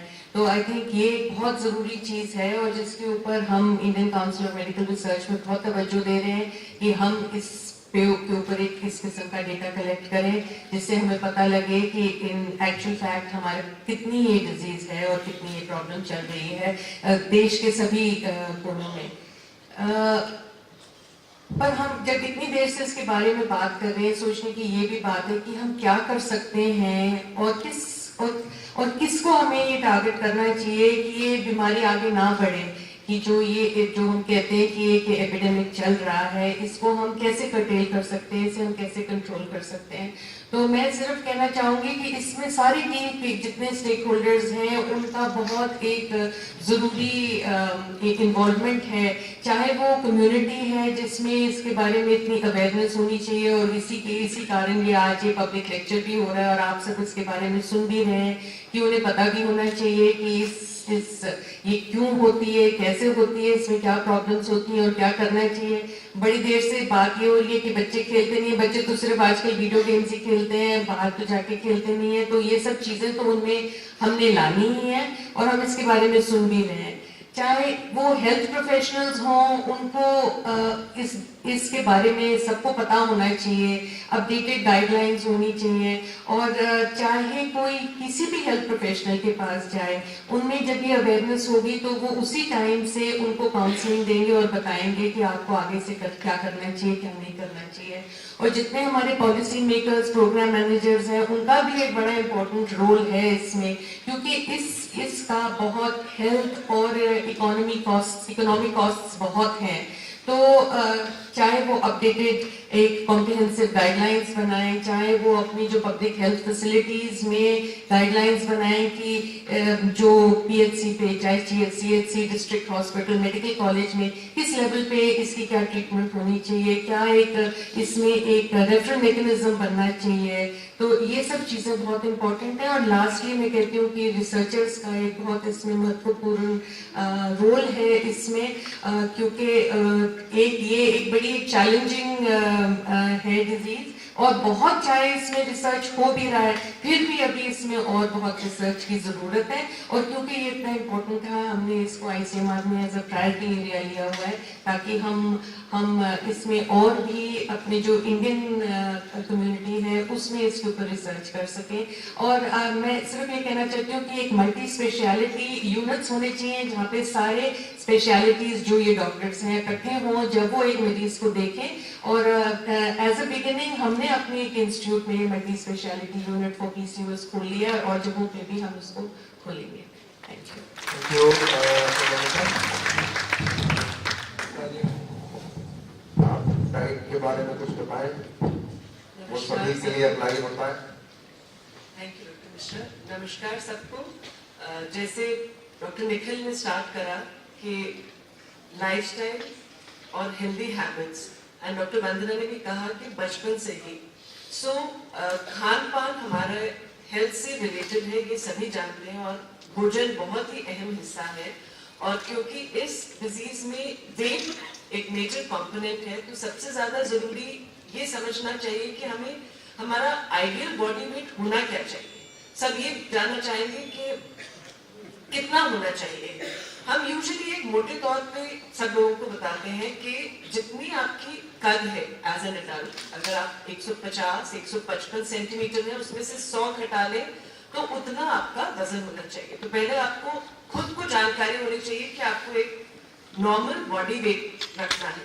दूसरा ये बात हुई कि हमारे इस डिजीज में स्पेशली वजन ज्यादा हो जाता है, तो उसके लिए जैसे डॉक्टर वंदना ने भी एम्फेसिस किया कि खान पान में कई जो एस्पेक्ट्स हैं, जैसे processed food, excess sugar, excess fat, ये हमें कम रखना है। रेशे वाली चीजें, traditional diets instead of processed, इन पे ज्यादा जोर देना है। इन एडिशन टू दैट हमें एक्सरसाइज पे, क्योंकि ये जीवन शैली का ही एक तरह की डिजीज मानी जाती है, तो हमें एक्टिविटी भी अपनी बढ़ानी है। जैसे डॉक्टर अशरफ ने अपने टॉक में बताया था कि 30 से 45 मिनट जरूर एक्टिविटी करें और आउटडोर एक्टिविटी जरूर करें। सो खान पान में यही रहा कि जितनी आपकी रिक्वायरमेंट है अपना वजन अपना मेंटेन करने के लिए वो जरूर करिएगा, और उसके लिए कुछ बातों का ध्यान रखना है कि पोर्शन साइज, कितनी कैलोरीज है, प्रोसेस्ड फूड है, और जो नॉर्मल फ्रूट्स एंड वेजिटेबल्स हैं आजकल बच्चे नहीं खाते हैं, तो इन चीजों पे अगर हम अर्ली गुड हैबिट्स बच्चों को देंगे तो उनको लॉन्ग रन में उनको फायदा करेगा। सो इससे हम एक हेल्दी डाइट से, जो हम संतुलित आहार जो कहते हैं, अगर और योगदान हमने खुद ही करना है अपने बच्चों के लिए, और जब किसी को हो जाए तो उसको खुद ही ये नहीं सोचना कि हम सिर्फ मेडिसिन लेके उसको जल्दी से हम वजन कम कर सकते हैं। हमें अपनी हैबिट चेंज करनी पड़ेगी और धैर्य रखना पड़ेगा, और ये मुमकिन जरूर है, थोड़ा मुश्किल है पर मुमकिन जरूर है। Thank you.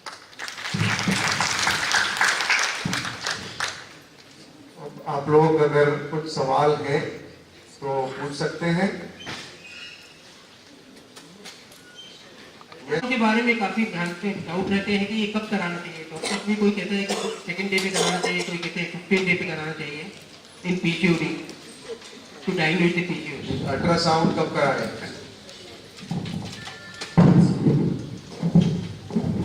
डॉक्टर नूतन, इसमें अल्ट्रासाउंड एक्चुअली कोई साइकिल रिलेटेड कोई इतना इम्पोर्टेंट नहीं है। जो हार्मोन्स जो कराते हैं वो तो डे 2 पे कराते हैं, लेकिन अल्ट्रासाउंड हम साइकिल में किसी भी पार्ट पे करा सकते हैं।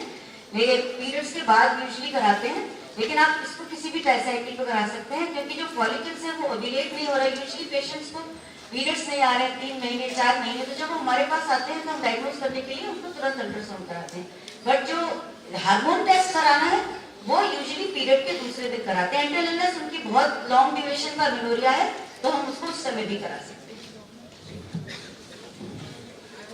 Ask a young lady about hepatitis. थोड़ा जोर से बोले। A young lady diagnosed with PCOD who's taking metformin, and with the metformin her menses are regulated. Should she continue the metformin or stop? She has conceived. She has one, maybe she has a child, one child, but now with the metformin her menses are regulated. She's She's taking metformin and her periods are Should she regular. continue the metformin or should she stop? You see, what happens, the guideline says that you can continue the metformin for 6 months to 6 to 12 months in these young girls. But what I do usually, and what is recommended, that you can stop it and see. Because sometimes they get corrected and their periods become regular. And if they again become irregular, because this disease is coming and going. So if it again becomes irregular, then we can again think of. We just don't give continuously lifelong metformin to these babies. And the person who has conceived, you continue the metformin? If they are conceived, we can continue. We give them in the first trimester because the risk of abortion is less if you continue with the metformin. Thank you. I have two questions. The first part is that whether total thyroxine, which is T4, if the level is 3.5 and the normal range which I have been told is 4.5 to 12, so this level of 3.5 of total thyroxine, which is T4 also affects, it's because of PCOS?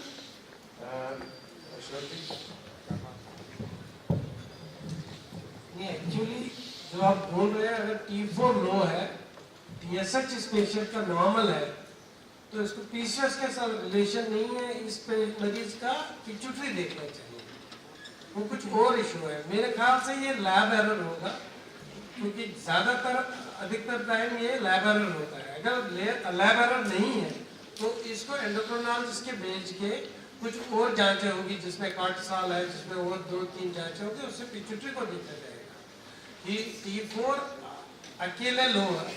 अगर T4 लो है, TSH high है, उसमें PCOS के लक्षण आ सकते हैं। तो thyroid, जब हाइपोथायराइडिज्म होता है, PCOS के लक्षण आते हैं, हम पहले थायराइड को ट्रीट करते हैं, फिर 6 महीने वेट करते हैं। अगर लक्षण चले गए, फिर उसको थायराइड की वजह से प्रॉब्लम, अगर लक्षण रह गए, फिर उसको PCOS की बीमारी एडिशनल हो सकती है। Every other thing in the thyroid test is normal, like TSH or whatever you say. So वही है, वो रिपीट करना चाहिए वो टेस्ट। अगर वो फिर ऐसा आया तो वो एंडोक्रिनोलॉजिस्ट को दिखाना चाहिए, क्योंकि पिट्यूटरी में प्रॉब्लम हो सकती है। And does it affect cholesterol ratio also, which is 2.8? Cholesterol ratio also is affected because of this PCOS? Which ratio? LHFS? TS/HDL, cholesterol ratio. Cholesterol ratio. Thyroid dysfunction causes. Cholesterol can be affected, but that may not be necessarily only because of PCOS. It can be due to other lifestyle or dietary factors as well. You see, cholesterol high level are not for the diagnostic of PCOS. They may be raised because of some consequences, but you cannot say because of that she is a PCOS. Just one part of the question. So I was diagnosed with PCOS 10 years back, and there were no symptoms, as in they were not troubling me. But of late, I have put on some 6 kg and a lot of acne. So should I now be taking some medicines for it? Or? Yes, you have to take medicine, because otherwise you have to take medicine. You may require, because you have put on weight, you require to have your investigations, see your levels of insulin, blood sugar and other, and accordingly you have to take, to prevent so many consequences. And the right doctor would be a gynecologist?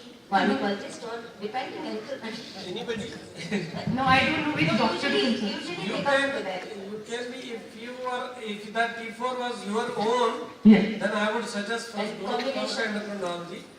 If that T4 was not yours, that PCOS you can go to. Actually, this is a holistic. You have to go to both.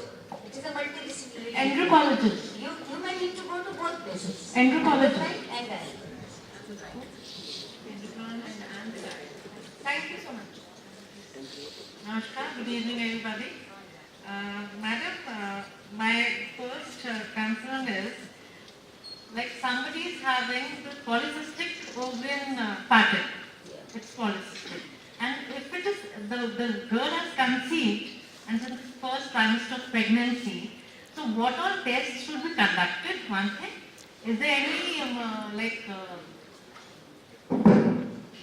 is there any possibility like abortions वगैरह तो नहीं हो सकते? you see, whether she had previous problem of polycystic had. ovary, whether she had irregular periods before, She had, yeah. or she had conceived spontaneously, or whether with the drugs. No, 3 years back, she was having this polycystic ovarian disease. Yeah. She was being treated, metformin वगैरह सब दिया. After 3 years, she was all right. Again, that irregular menstruation started, but now finally she is pregnant. 3 months of You pregnancy. see what happens that Yeah. we usually don't give metformin to all the patients who are just conceiving spontaneously or so after this, but Right. those patients who were there and those who had ovulation induction and clear-cut diagnosis of PCOS, in those cases initially we can give 3 months, especially if there is a history of abortion before with the PCOS, in those cases also we can give metformin. Yes, what my I'm saying is like 3 trimester हो गया, 3 month pregnancy है, test कोई कराने चाहिए? There is no other special test, only thing there is little increased chance of having diabetes during pregnancy. So that close follow-up is must. Early test has to be done for the blood sugars because GDM incidence is little higher in the PCOS patients. The risk of abortion is high, so that you have to keep in mind. There is a individual problem, madam, then I think better you consult in detail. So that's what we said, let's not general. This is one Okay, query I wanted to okay, thank you so much. Thank you. मेरा नाम हरिशंकर शर्मा है, IIT Bombay का graduate हूँ। मेरा सवाल simple है sir, ये जो प्रॉब्लम आई है, हम इतने बुद्धिमान पैदा हुए हैं, ऑक्सीटोसिन का इंजेक्शन दे रहे हैं भैंसों को दूध निकालने को, और इस दुनिया में इतने बुद्धिमान है, ऑक्सीटोसिन का इंजेक्शन सब्जी में भी दे रहे हैं, तोरई में भी दे रहे हैं, लौकी में ही दे रहे हैं। मेरा सवाल है सर, ऑक्सीटोसिन के इंजेक्शन से क्या PCOS बढ़ रहा है? पहले ऐसा नहीं था। ये एक सवाल है सर। दूसरा, मैं धन्यवाद मिश्रा जी का, ये देखिए अमेरिकन गवर्नमेंट ने हर एक टॉपिक पर बुक पब्लिश की हुई है, फ्री भेजते हैं। मैं आपको रिक्वेस्ट करना चाहता हूँ, आप भी कुछ कीजिए। ये food allergy guidelines on the diagnosis and management, ये डायबिटीज से हजारों पेज भेजते हैं, ये आप भी ऐसा कुछ करिए। ये है national diabetic education programme. Sir मेरी आपसे रिक्वेस्ट है, 10% आबादी हमारे देश की, आने वाली पीढ़ियों के बारे में सोचिए, जो पैदा भी नहीं हुए अभी, उसके बारे में मेरी मिश्रा जी से प्रार्थना। बहुत अच्छे सुझाव हैं आपके। मैं डॉक्टर नूतन से कहूँगा आपके प्रश्न का उत्तर देने का प्रयत्न करें। क्या ऑक्सीटोसिन की वजह से PCOS बढ़ रहा है? It is not ever thought also, never studied. It is because of oxytocin, because we are not taking otherwise oxytocin. नहीं, ये कह रहे सब्जियों में, ये कह रहे सब्जी में दे रहे हैं, भैंस को लग रहा है। मेरे साथ चलिए, मैं गांव का रहने वाला हूँ। हमारे देश में एक ऑक्सीटोसिन इंजेक्शन गांव में लगता है स्त्री को, 85 लाख लगते हैं भैंसों को। और आप चलिए पपीता, हम इसे ग्रोथ हार्मोन प्रमोटर की तरह यूज कर रहे हैं। मैंने सुप्रीम कोर्ट में बिल फाइल किया है इसको बंद कराने को। मेरे देश में कोई नियम कानून नहीं है कि आप ऑक्सीटोसिन कहीं भी इस्तेमाल करें, पूरी दुनिया में ऐसा नहीं होता था। ठीक बात है। डॉक्टर अशरफ इस विषय में कुछ कहना चाहते हैं?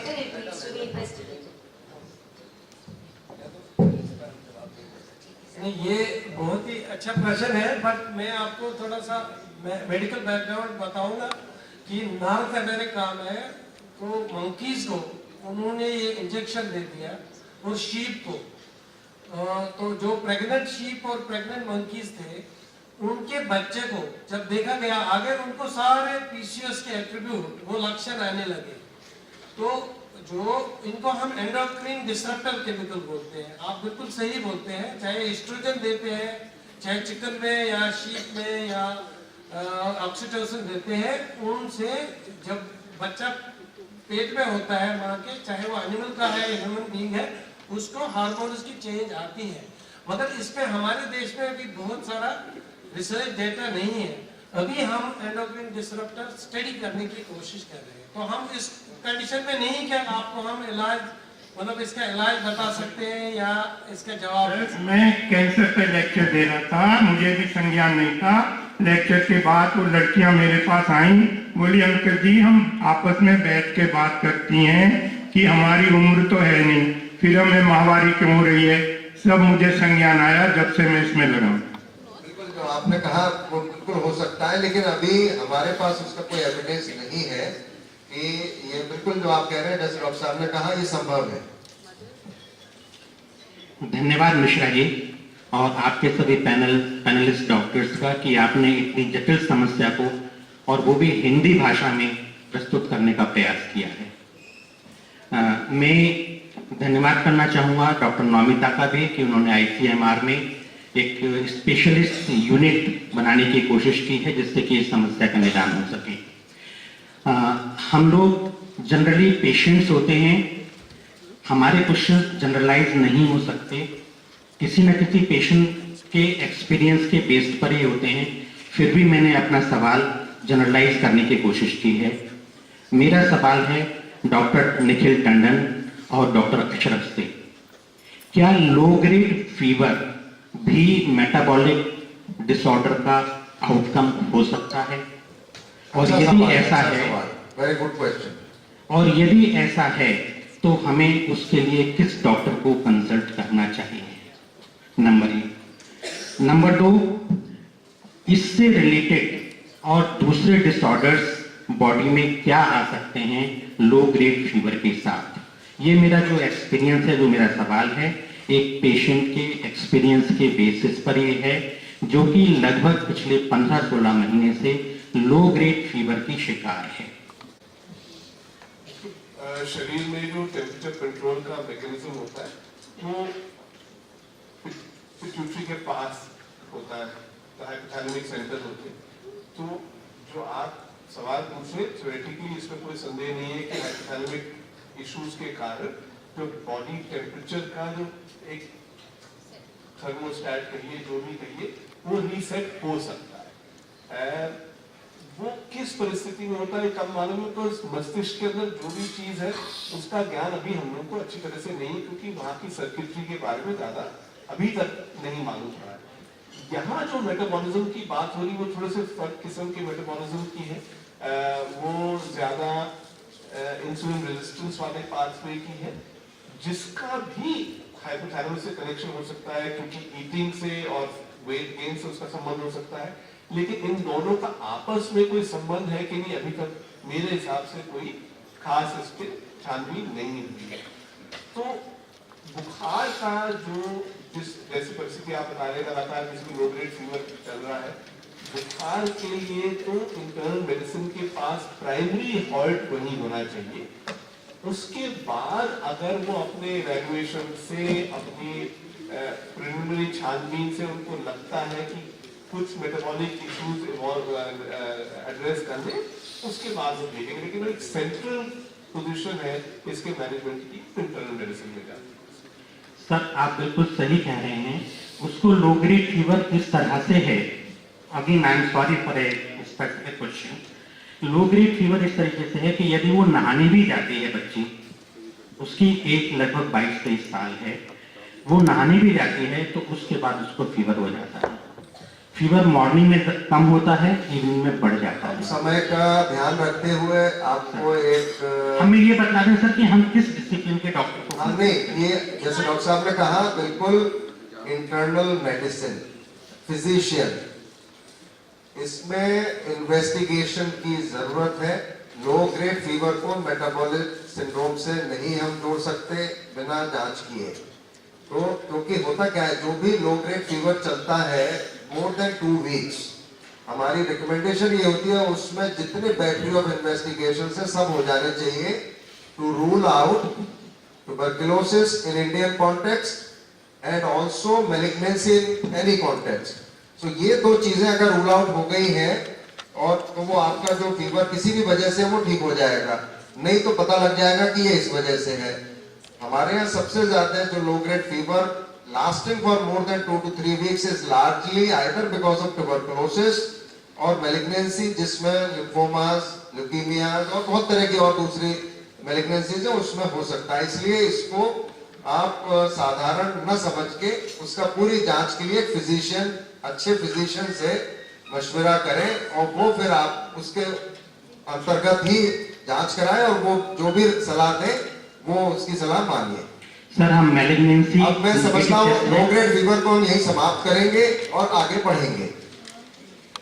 Sorry, doctor, to interrupt. I just want to say one thing. 10 years back, I had temperature for 40-45 days and it was not going. I went to director of Hamdard Dawakana. He gave me some medicines, and it's been 10 years. I didn't get any fever. Very good. So, like you think something has been destroyed by that medicine, metabolic something? No, I don't think so. If you're all right, then why should we? Why No, you? whatever thing is spread, I get the symptoms, but I never get the temperature. Reference ही कि आपको जब ठीक है और बुखार आपका ठीक हो गया 45 दिन वाला, तो you should be happy और यहाँ मिठाई बांटिए। नहीं, it's been 10 years कि I didn't get temperature after that. नहीं, जैसे मैं कह रहा हूँ वो ठीक हो गया, वो 10 साल पहले की हो गई कहानी। चलिए, let's move beyond low grade fever. Sir, one more thing, जैसे आपने बताया लो ग्रेड फीवर की रेंज क्या होती है? ऐसा है, इसको मेजर करना बहुत इंपॉर्टेंट है। बहुत बार हमको फीवरिश फीलिंग होती है, लेकिन अगर आप टेम्परेचर देखेंगे तो नॉर्मल आएगा। तो उसका बाकायदा रिकॉर्ड मेंटेन करिए, दिन में 4 घंटे पे 6 घंटे पे, और फिर देखिए 2 हफ्ते कितना टेम्परेचर रहा। लो ग्रेड की है, less than 100 is low grade, 100 और less is low grade, 100 and above is not low grade. शुभ संध्या सभी को। मेरा नाम विशाल है। मेरे 2 प्रश्न हैं। पहला प्रश्न ये कि 3 से 4 साल की पीसीओएस कंडीशन के बाद क्या आईवीएफ के लिए जाना चाहिए? दूसरा प्रश्न ये है, क्या शतावरी हर्ब इसका क्योर है? Actually it is not that 3-4 साल के अगर पीसीओएस है तो आईवीएफ कराओ, अगर उसका ट्रीटमेंट लिया है आपने, क्योंकि जो फर्टिलिटी का ट्रीटमेंट है, पहले ओरल ड्रग्स देते हैं, उससे ठीक नहीं हुआ तो इंजेक्शन देते हैं, तब वो सब फेल हो जाते हैं, तब आईवीएफ की हो जाएगी। ये नहीं कि आप 3 साल हो गए पीसीओएस के तब आईवीएफ कराएं। मैम एक पर्टिकुलर टेन्यूर हो गया ये सब, जाऊं? हाँ, तब आईवीएफ कराते थे। पहले ड्रिलिंग भी करते थे, सर्जिकल ड्रिलिंग के बाद भी कंसीव करते थे, बट आईवीएफ इज आंसर।